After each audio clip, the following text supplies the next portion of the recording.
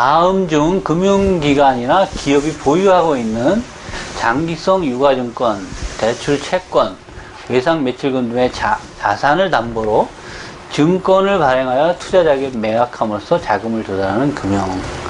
그죠? 여기서 담보로 증권을 발행한다. 그게 이제 ABS라는 거죠. ABS. 아셉, 본드죠, 본드. 어떤 채권. 그러니까, 기본적으로 자금이라고 하는 것이 담보의 개념입니다. 그래서 담보죠, 담보. 자, 은행에서 돈을 빌려가면, 그 돈을 빌려간 사람은 담보를 은행에 제출하게 되어 있습니다. 담보를. 그 담보가 이런 경우죠. 장기성 유가증권이라든가 대출채권, 돈을 언제 이자는 얼마씩 갚겠다라고 하는 채권, 또는 외상, 내가 외상으로 얼마 빌려간다, 또는 물건을 가져간다 라고 하는 내용들의 약속 이런 채권들이죠. 각서 이런 겁니다. 그런 것들을 담보로 잡는 거죠. 그러면 은행이 이 담보를 갖고 있으면 언제 이 사람이 못 갚는 상황이 벌어질지 모른다.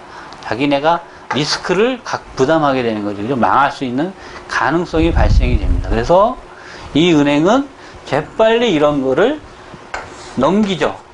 다른 데다 넘기고 돈을 가져옵니다. 어디서 넘기냐면 SPC라고 하는 유동화 전문 회사한테 다 넘깁니다.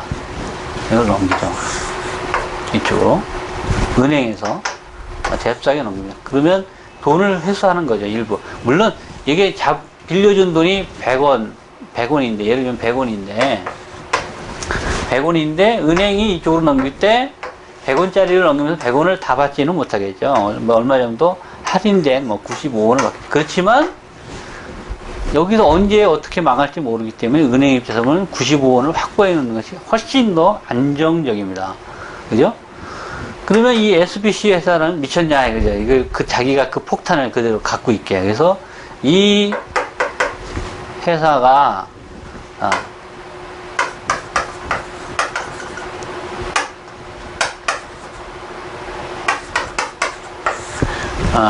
신용보증이 아니고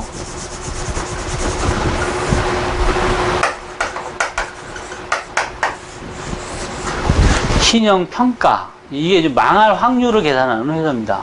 그래서 이 담보를 여기다 주고, 자, 이 회사가 얼마나 망할 가능성이 있느냐 라고 하는 걸 이제 따집니다. 그래서 이 사람이 평가를 하죠. 이거는 회수할 확률이 얼마다, 망할 확률이 얼마다. 그래서 이 등급을 매기죠.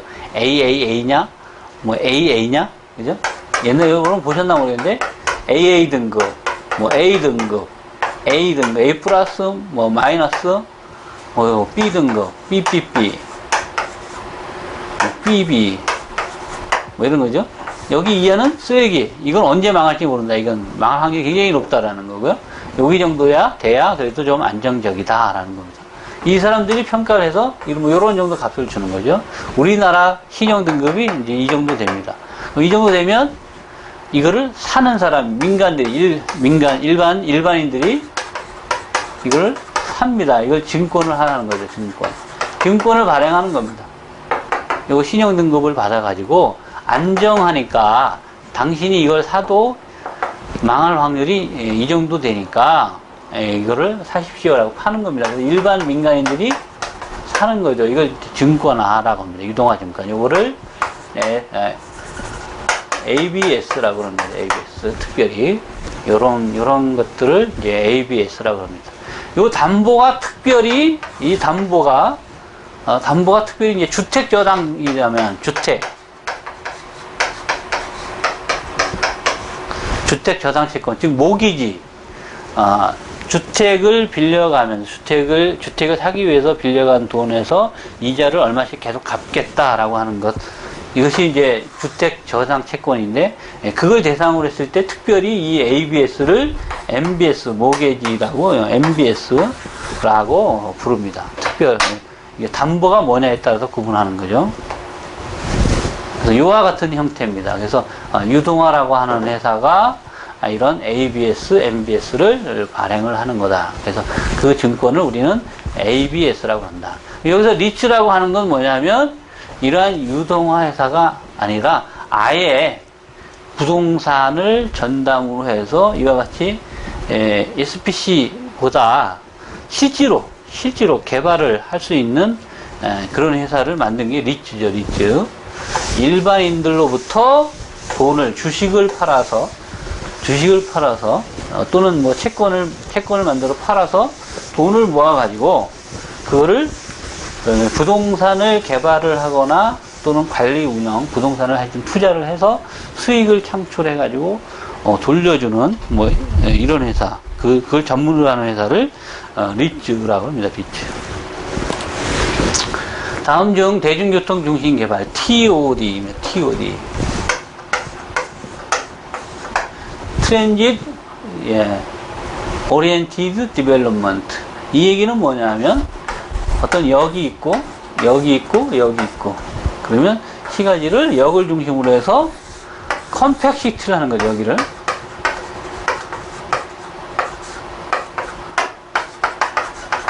컴팩시티를 개발을 하는 겁니다. 요즘. 그러면 여기에 오픈 스페이스가 생기는 거죠. 이동거리도 여기서 요거는 간선시설, 철도라든가 무슨 고속버스라든가 대중교통을 이용을 하는 거예요. 여기는 이제 보도로 이렇게 이동한다라는 게 이제 TOD의 개념입니다. 철도역, 버스 정류장 등 대중교통과 대중교통 노선의 거점, 이러한 주요한 거점을 중심으로 저밀도로 개발하여 쾌적성을 요한다. 이건 잘못된 거죠. 저밀도. 컴팩시티는 고밀도로 합니다. 그래서 이건 잘못된 내용이죠. 4번 대중교통 수단으로도 보행 접근거리면 시간을 낮추고 여기서 이게 짧아지니까 타고 바로 고속도로를 타고 가는 거죠. 자동차에 대한 의존을 줄일 수 있다. 이제 대중교통이 높아지겠죠. 그 다음에 대중교통의 이용률을 높임으로써 교통효능 혼잡과 도시 에너지 소비를 경감시킬 수 있다. 맞습니다. 생태적으로 민감한 지역이나 수변지, 양질의 자연환경을 보존하기 위해서 양호한 공기의 보존을 추구한다. 그렇죠? 이런 데 보존해야 될 땅들은 가급적이면 개발을 안 하니까 상당히 좋은 이런 개발 모델이 되겠죠. 55번. 다음 중 재정비 촉진 사업에 해당하지 않는 것은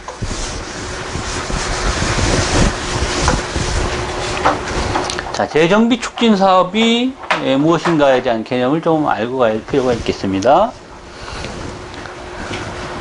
자, 제일 위에 있는 게 이제 재정비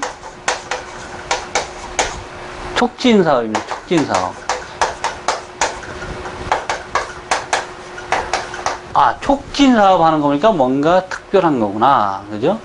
기존 시가지의 정비를 촉진하기 위한 특별법입니다. 특별법. 그래서 여러 가지 일반 법들을 좀 초월해서 만든 법이죠. 그래서 밑에 법에 의해서 할 수 없었던 거를 상위법을 하나 만들면서 특별법을 하나 만들면서 가능하도록 이게 도와준 법입니다.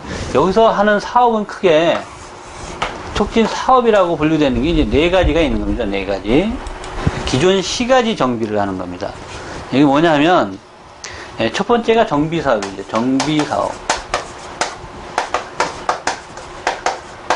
정비 사업이라는 것이 뭡니까? 이제 뭐 부족한 것, 좀 망가져 가는 것, 시대적으로 좀 떨어지는 것, 이런 것들을 좀 추스려서 좀 도와주는 거죠. 만들어주는 겁니다. 그죠? 그 다음에 도시개발 사업. 도시개발 사업은 주로 미개발지, 아직 개발이 안 된 거를 하는 개념이죠. 그 다음 개념이 뭐냐면 시장 정비 사업, 시장.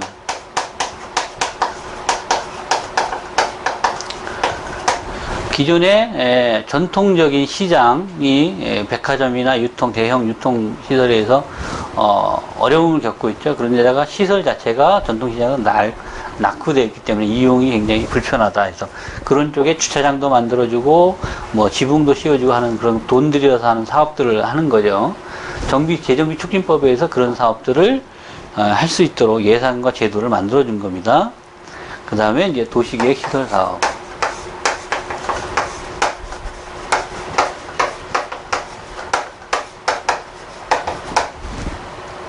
자, 이런 것들을 서로 조합을 해서 사업을 할 수 있도록 만든 거죠. 그래서 재정비 촉진 사업은 이렇게 네 가지가 있는 겁니다. 이 재정비 안에 다시 사업이 있는 거죠. 우리가 흔히 아는 이제 도심 재개발, 그죠? 도심 재개발이라고 하는 것, 그 다음에 재개발 사업. 그러니까 조그만 집들이, 낮은 저층의 집들이 많은 지역을 다 싹 정리해서 새로운 시가지를 만들어내는 거죠. 이게 보통 요새는 이제 아파트 많이 만들죠. 이런 거죠. 이런 거 아파트 사업 만드는 거. 이게 재개발이고, 그 다음에 재건축은 원래 아파트들이 있는 거를 이제 낡아서 딱 세려 붙이고 더 높은 세련된 최신식 아파트를 짓는 거죠. 그래서 여기는 이미 도로라든가 학교라든가 이런 기반시설이 갖춰진 거고, 여기는 그런 기반시설이 낙후돼서 쓸모없어서 새로 만들어주는 거고, 재개발과 재건축의 차이입니다. 그 다음에 또 하나는 이게 주거환경 정비사업. 이거는 아예 땅도 제대로 정리가 있고, 그러니까 국공유지에 무허가로 막 집만 져놓은 거죠, 집만. 이런 지역들은 우선 땅 문제도 해결해 줘야 되고, 그죠? 기반시설도 만들어줘야 되고, 그래서 이건 사업이 조금 특별하게 불량지구에 대한 정비사업으로 따로 나는 겁니다. 요게 도시 주거환경 정비 사업의 네 가지 사업입니다. 네 가지 사업.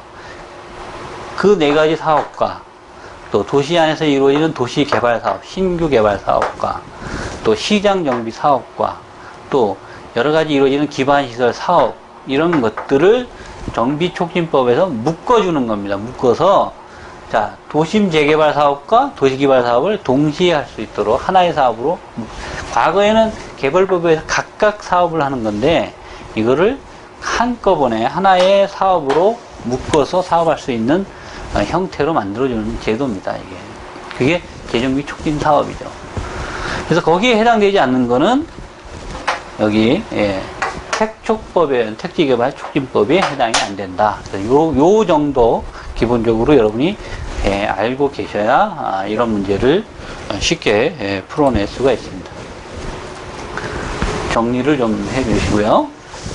자, 그 다음에 다음 중 공공기관을 지방으로 이전하는 것을 계기로 지역의 성장 거점이 조성돼서 지역의 성장 거점이 조성되는 도시로 지역의 대학, 연구소, 지방자치단체가 협력해서 새로운 성장 동력을 창출하는 기반이 될 것으로 기대하는 사업은 어떤 거냐, 이거죠. 그래서 행복도시, 혁신도시, 기업도시, 뉴타운, 이렇게 네 가지가 나왔습니다. 여기서 뉴타운이라고 하는 건 바로 여기 재정비 촉진법에 의해서 하는 이 사업이 이제 뉴타운, 일명 뉴타운 사업이라고 하는 것들이고요. 그 다음에 행복도시는 지금 이제 세종시로 정식 명칭이 들어섰죠.